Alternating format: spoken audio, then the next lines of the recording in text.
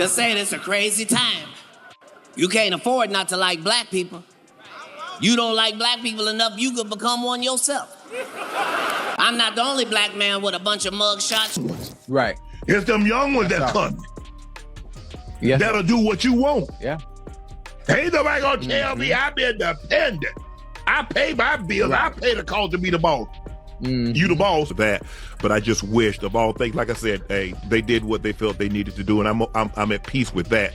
But I just wish, guys, this thing could have waited until Monday. Katt's basically saying it's hard to feel bad for Shannon. Because after all that young CEO advice he used to hand out like candy, he still fell for the oldest trick in the game. In case you missed it, PN completely cut ties with him. And it happened right after Shannon quietly settled a jaw-dropping $50 million lawsuit with OnlyFans model Gabriela Zuniga.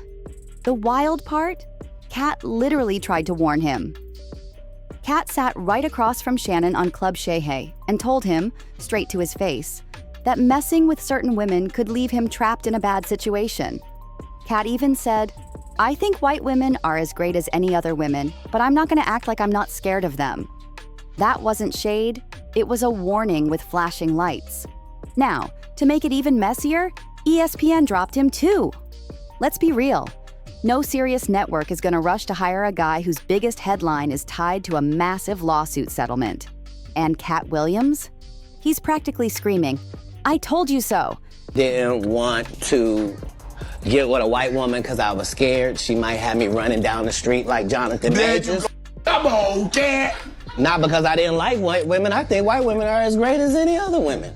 But I'm not gonna act like I'm not scared of them. I have a reason to be scared. You could be Kang the Conqueror, and they could take your rabbit ass down in 2 weekends. And that's the truth of the matter, so I stayed away from that. You see Jonathan Major, what he went through, Marvel dropped him as soon as the conviction came out, and you were telling the Hey, you saw that black woman come get his charge cut in half? Thank you, Megan Good. God bless you coming to save that slave. If he'd had to be there by himself, he was getting all four. Guilty, guilty, guilty, guilty. She came in there, was just so beautiful, they had to knock half of it off. Bless his heart.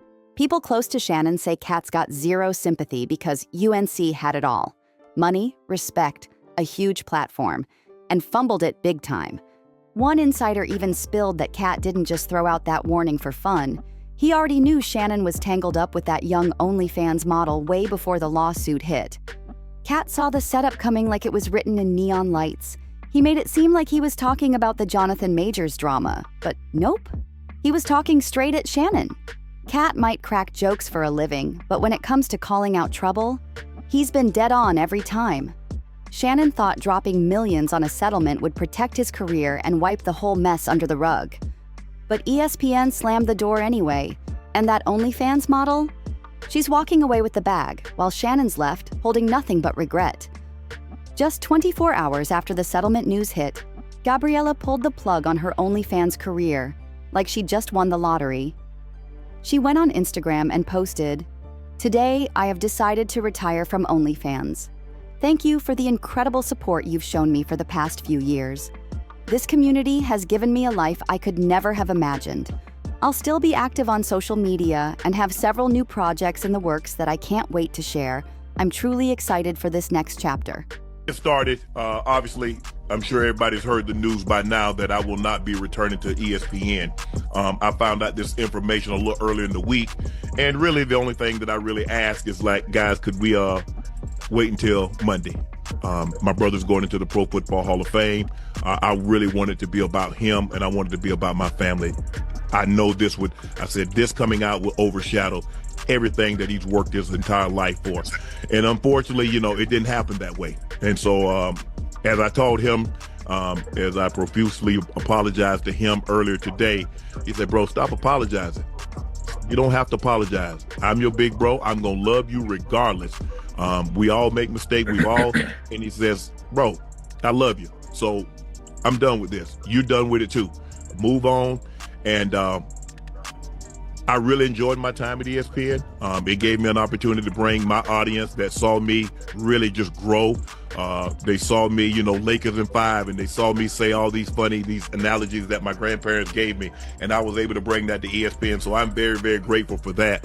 But I just wished, of all things, like I said, hey, they did what they felt they needed to do, and I'm at peace with that. But I just wish, guys, this thing could have waited until Monday, because I hate the fact that I'm overshadowing my brother, the first 2 brothers in the Pro Football Hall of Fame, and this is what the headline's going to be for the next couple of days. So, bro, again, I know you told me this, I don't have to apologize, but I'm going to do it one final time tonight, and I won't apologize again. I'm sorry that I upstaged you in this manner. That was never my intent. You've been my hero. You've been my role model from as long as I can remember. And I apologize, and I thank all my fans for supporting me when I was at ESPN and every place that I've been, be it Club Shay Shay, Nightcap, Undisputed, ESPN.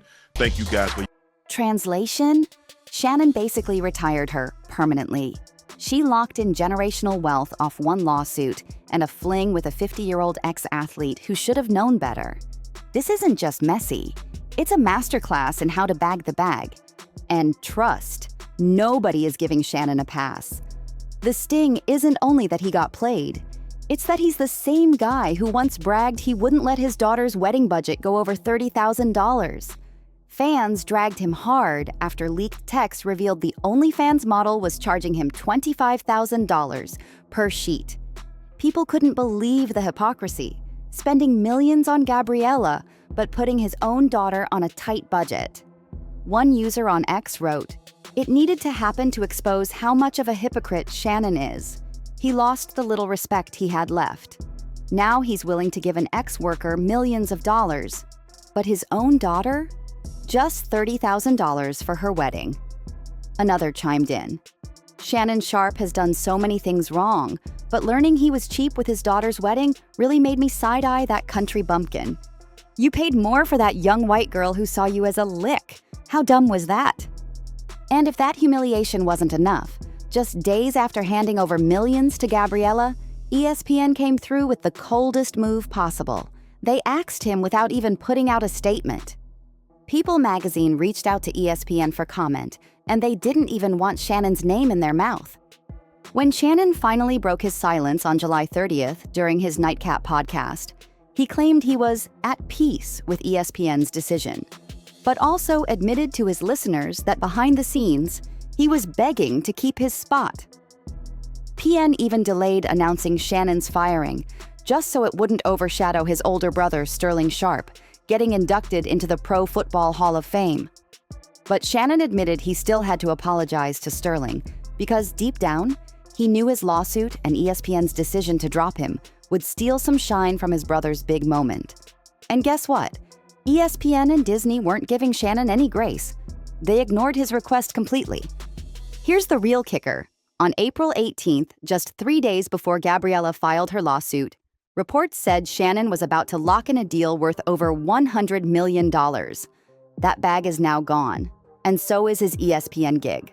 On top of that, he's basically blacklisted from working under the entire Disney empire. ESPN, ABC, Hulu. Pretty much every major platform in the game. Once you catch a public stain this messy, your career in those circles is toast. All those projects that were supposed to turn Shannon into a podcast mogul, gone the second he decided to tangle himself up with a 19-year-old white girl. Which, if we're keeping it real, takes us right back to Katt Williams' warning. Shannon had every advantage, every connection, and he tossed it all away, making reckless choices. But I want to know what you think. Was this downfall all on Shannon? Did ESPN pull the trigger too fast? And how do you feel about him handing over millions to that OnlyFans model while keeping his own daughter's wedding budget tight? Drop your thoughts in the comments, smash that like button, subscribe to Juice Alert for more wild stories, and I'll see you in the next one.